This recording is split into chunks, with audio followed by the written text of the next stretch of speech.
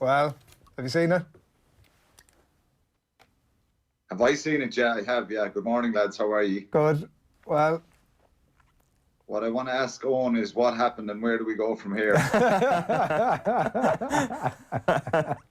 That is the big question. It's the big question. That is the big question. Can you answer that for me, Owen? Well, it's what's my line again? Yeah, or something. What happened and where do we go from here? I don't even know. It was a huge defeat anyway, is all I know. He's good, isn't he? Right, okay. Very good, yeah. I've been playing him to a lot of Irish fans out here for the last 2 weeks, playing all the. My favourite is George Hook, Eddie O'Sullivan. I'm not sure he nails me there. I don't know. I'll let other people judge that. It's huge. Huge, absolutely huge. Right. Give us the weather update to begin with, because I've been looking at a couple of dispatches and some other channels this morning. It seems like it's pretty manky over there. It is, yeah. I was listening to Rog there. He's a couple of miles away from me here, and it's raining where he is, and it's raining where I am. It hasn't stopped all day. It's torrential rain, and so I know we give out about the rain at home sometimes, but this is taking the biscuit, to be honest. But it's supposed to be dry off tomorrow, and okay. Hopefully it'll be for both games of the weekend. All right, well, look at here. We'll get into those in a second. I think we had you on early in the week, but just there's a few little pieces in relation to the Irish stuff that I want to get your thoughts on before we get into that. And one of them primarily been in relation to Stuart Lancaster and some, I suppose, creative tension that might have, it's being suggested, has cropped up. Brian O'Driscoll was talking about it on this show earlier in the week, that he had been obviously in the Ireland camp at some point and was he obviously has a different way of playing the game, right? Like the unstructured chaos versus Schmidt's fairly structured, like set-piece rugby to a degree, and that Schmidt was looking at that and kind of thinking, this is not something that, this is not a way that I want our team to play. Do you see merit in those comments? Yeah, well, look, I saw the piece in the Siwa stuff as well, that where he was speaking about the Leinster players changing things up and going back to the way Leinster play, and being with Ireland then, and it being different and more structured and stuff like that. So yeah, look, I think it's the thing about this is if Joe Schmidt came back and coached any team, the question you'd have to ask is would he still try and keep the same kind of game plan and structure that he had with Ireland, that worked so well for a number of years. It worked so well for Leinster, it worked so well for Ireland. I think the biggest surprise in the last year is someone so diligent as Joe didn't change or didn't see the possibility around change, and maybe it was too late to change for what they know and what brought them success. And I suppose it's easy looking on from the outside, looking in, but people can only talk about what they see, and it's something that's been spoken about by many pundits in the last 7 or 8 months. I remember after the Six Nations sitting down with Andy Dunn, and I wasn't defensive, but I thought I probably didn't see it as clearly as a fly half does. You know what I mean? Because they're kind of in that pivotal attacking position all the time. And I've always said this: if Ireland's pack that performed at a level in 2018, they'd probably be a match for most teams. When that doesn't happen, it's very difficult then to implement off the cuff attack, because people are alien to it and they're not used to it, and that's probably the difference. And so the comments from Stuart Lancaster, Brian O'Driscoll, and Siwa, well, they're all attack-minded players, and Stuart obviously is a coach, and he's done a brilliant job with Leinster, and there's probably a lot of truth in what they're saying. How, like, in terms of how fundamental this whole thing is, because we've just been discussing, like, Andy Farrell is straight into a job now, like Owen was saying, he needs to be at the Munster Ospreys game this weekend, like, he's straight into it. There's no great positivity to come with that, obviously, in the back of what's happened, but how fundamental is the job that he has ahead of him now over the next whatever number of years? Well, there's a bit of baggage going with it now, you know, because I think I heard Rog speaking about the previous World Cups. I was involved in 99, 03, 07. I was a pundit in 2011 in New Zealand, and I think the magnitude of not making a semi-final has grown and grown and grown. I think 2015 was, I think there was mitigating factors there around the injuries against Argentina. But this one just seems like it's multiplied the pressure and the negativity after it. And I suppose they're the best prepared team. They had a lot of time to prepare for this. The writing was probably on the wall after the Six Nations that some change needed. And so we mentioned the word change a lot, and Andy Farrell has to implement change. I think we have to find a way of doing things a little bit different. If you have a dominant pack of forwards, Adrian, it's very easy to be on the front foot and create quick ball and pressurize and dominate teams. And it's so much easier then for your attacking players to, they don't have to oversimplify things or I suppose, complicate things. They can just play what's in front of them. There's a lot of space there.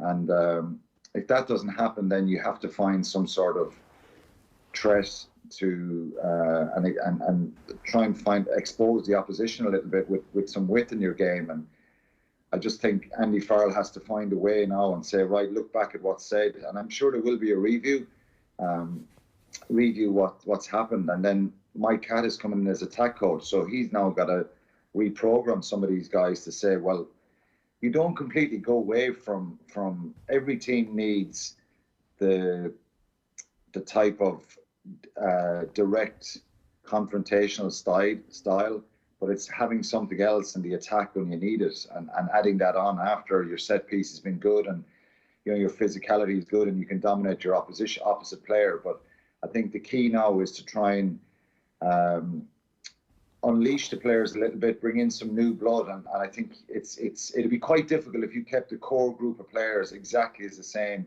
and you picked the same team for the first game against Scotland. Would it work, and would it be risky, and would they make mistakes? Probably. I think you've got to bring in some new players within the squad itself. Conway, Larmour, maybe Chris Farrell, and make that change a gradual process, because you can't just completely change one way to the other, because obviously if the weather is terrible, if you're playing in conditions like the rain today, you can't just throw the ball around. You've got to be more direct and have good game management. Ireland's game management, and part of the problem of what happened since January is our kicking game has been really poor. That was something that was a real strength. So there's kind of multiple facets to what needs to happen and change, and it's really adding more attack shape to the team and more of an mindset, if you like. One thing that I was thinking about over the last few days, and I'm no fan of Eddie Jones, I have to say, and his methods, but actually looking at him, even over the last 24, 48 hours, the press conference he's given, like he's a guy that you want almost on your side. He's a guy that's like released that pressure valve now for the England players. Like that's something you've mentioned there, that the more this goes, another 4 years, like suddenly we're like, Jesus, the amount of pressure, imagine the amount of pressure that's going to be on the 23, if we get to a 2023 Rugby World Cup quarter-final against whoever, the amount of pressure that's going to be on those players. Having somebody like him, a personality like him, that Ferguson style, to undo that pressure valve might be kind of, I don't know, Andy Farrell is necessarily that guy, by the way, but a role like that, when you talk about how multifaceted it might be to allow us to progress to that stage, that type of a character probably was something that Ireland might benefit from. Yeah, well, look, I think Andy Farrell is very popular with the players, and he's a bit of an old school approach. He's a guy who captained Great Britain as a 17-year-old, so he's a hard nut, and he can inspire people. So he's got to inspire the Irish players now to get back up and go again, and deal with the negativity and the pressure that's going to be there, that the pressure that's going to ultimately build for the next couple of years. I think what you do, you can't just go out and abandon trying to win games for the sake of change. I think there has to be some risk scenario there with selections, and there has to be, I think if there's 50-50 calls going forward with more of an attack-minded player as opposed to a more direct player, I think you need to go with the attack-minded player going forward, because we have to learn from this, and we have to have more strands to the game plan, and ultimately you learn from your defeats. And I think if Joe was back coaching the team in January, I think he would start to implement change, and I think he brought a lot of players through after the 2015 World Cup. So the pressure they have to deal with, and look, make no bones about this, Adrian. If England lose to New Zealand tomorrow, the pressure will ramp up on Eddie Jones, and Steve Hansen said it during the week. It's absolute nonsense that they're not under any pressure. This English team, and you talk about preparation and finances and money being pumped into a team. England are the wealthiest rugby nation in the world, and they have left no stone unturned as regards the resources they've given the group. If they don't get to a World Cup final, it'll be seen as a disaster. So I think he's deflecting a bit of pressure, but in a sense, when you're one of the players in that group, I think, and that's the big question mark about Andy Farrell. He's got to deal with that now going forward, and be quite open about how they're dealing with it as well, because you can't just hide away from the fact that this negativity is going to stay with the group for a long time. But look, things move on, and if they have a positive Six Nations and then they go to Australia in the summer, and we see a raft of new players getting opportunities, maybe from the under-20s last year and this year, people get pretty optimistic again. And it's a long way away, 4 years, and there'll be a lot of talk about that. But hopefully, you think it's in some sense it's too far away to be focusing the minds too much on it now. But I think it'll just keep cropping up over the next couple of years, and that expectation pressure is going to be even more so than now. I think winning all the success in 2018 brought more expectation, and it added more pressure. So the pressure of never being in a semi-final was always there, but I think the excitement of, there's a lot of Irish people after coming in here for the weekend for semi-finals and finals. They all booked last year when Ireland beat New Zealand in Dublin. So I think everybody kind of got caught up in that excitement around what this team could do, and we got so many warning signs during the year, and ultimately they came up very short. Like another element here, Alan, is that we've been shown up skills-wise at times in this World Cup, obviously against the All Blacks, but there was an argument that was the case against Japan. And the more I think about it, the more I think that if we want success at the next World Cup, specifically the next World Cup, that opening the doors to Simon Zebo or the likes of them to come back, not necessarily Zebo, there's nothing to do with him, but players who are abroad to come back, just is the way to go. Now, I'm saying that if that's what we want from World Cup success, I'm saying that the cost is that you will suddenly have players dropping like flies around November internationals, around Six Nations, because the Premiership or the top 14 season is so intense. But where are those Premiership and top 14 players now? They're doing pretty well at the Rugby World Cup. Where would the Irish players be now if they were playing at the top teams in the Premiership or the top 14? Like Simon Zebo's probably improved by playing rugby in France. He hasn't had a straitjacket on him like the IRFU tends to put on some of the coaches and some of the players in the country, because with that control that Joe Schmidt succeeded with, he needed control over all the provinces. I just think if we really are going to finally make this decision that the Rugby World Cup is where Ireland needs to succeed, then opening those doors right back up has to be one of those options. It's a double-edged sword. You make a very good point about having, if there was a number of 4 or 5 Irish guys playing abroad, and they're in different environments, you're getting different ideas, you're playing with sometimes incredibly talented guys. If you had Zebo and playing with Racing, there's some South Sea Islanders there. Vakatawa, who played for France last week, who was brilliant at 13.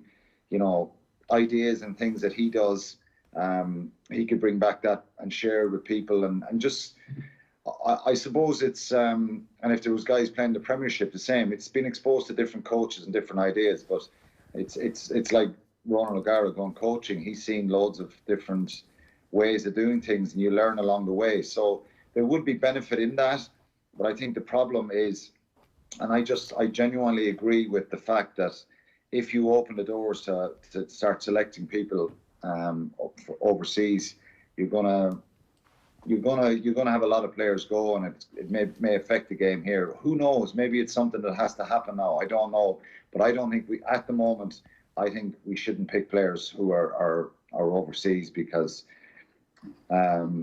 it's going to open the doors, and a lot of people could end up going because of the money and the financial reward, particularly in France. But it's something that could happen, and again, there's going to be so many debates about what we're doing right and wrong. The the last couple of years with Leinster winning European Cups and getting to a final again this year, and the success in 18, everything was perfect, everything was great. We had the best coach in the world, and now, and look, I know you got to dissect everything and go through all these possibilities, but I wouldn't make any kind of rash decisions. I think the excitement for me is, I've looked at a lot of the under-20s from last year and this year. There's some really, really top quality players in that group, and the quicker we can get some of those guys into the group, and when we go to the next World Cup, have our age profile much lower, have our average age 26, 27, not up towards 30, you know. So yeah. I think that's it, and you know, you just got to keep dealing with this. First of the semi-finals, obviously tomorrow morning. It was interested to read Clive Woodward's comments this morning on George Ford's reselection back at 10, saying that he was positive about it, saying this is a horses for courses selection. Rog was on earlier saying something slightly different to that. What's your take on this? Is like, I mean, it seems like he's wide open for that All Blacks back row to get stuck into tomorrow morning. Yeah, well, the All Blacks back row have to get at him first, and I think the way Curry and Underhill and have played, I think they'll be crucial in trying to protect him a little bit. His defence has improved. He's a brilliant, skillful player who attacks the gain line really well, and his distribution is superb. So my indication from the selection is that England are going to actually not try and do what they did against Australia. I know they scored some really good tries, but they tried to physically batter Australia last week. Yeah. They're actually going to try and play rugby through forward tomorrow, which is kicking game. Could be it. Yeah, they're going to. Of course, they're going to kick, and their kicking game has been really top notch. I think they played France. I think in the Six Nations, they kicked the ball 44 times. Some of those kicks were kick passes and little dinks in over the top. Grubbers up the touchline. They found a lot of open space, and I remember coming out of Twickenham that day saying, you know, not one English fan was complaining about the amount of kicks. It was a huge number when you're up in the 40s, and they scored seven or eight tries that day. So those kind of kicks will be very important. But again, it's about possession and not giving away possession to New Zealand, and we did that so badly last week. Our kicks were far too deep. The box kicks from Conor Murray. The accuracy in some of the kicks from Johnny Sexton have been well documented. So the kicking game is a really important part of unsettling New Zealand. But I think England have got to play as well, because if you're trying to contain them and stop them and slow them down, it's a very, very dangerous scenario, because they can generate slow ball into really quick ball as well. Yeah. All right. Just quickly before we let you go, Quinny, if you will, give us your prediction for that and the second semi on Sunday. It's only a gut feeling, Adrian. I think that game is going to be quite close, and on form, New Zealand. I think the bookies have them 10 points, maybe 8 or 10 points winning that game. I have a feeling that this England group are very, very mentally well prepared, and I think there's a lot of top class players in that group, and I think they will physically match New Zealand. I think they may cause a bit of a surprise tomorrow. Right. I think South Africa, given on what we've seen from Wales last week, and Liam Williams is a huge loss. I think he would have been really crucial. I know Halfpenny's a good player, but Liam Williams is brilliant in the air. I think South Africa will probably just edge that one. So to be absolutely clear, you're calling England? England-South Africa final. Wow. There's nobody else calling England. Big call. No, I haven't heard many. Many who aren't. I haven't heard many who aren't English. What about your friend beside you there? What the Oracle. Where did we go from here? They're the sort of questions we'll be asking about England and Wales on Monday morning. Quinny, brilliant stuff as always. Good man. Enjoy the weekend.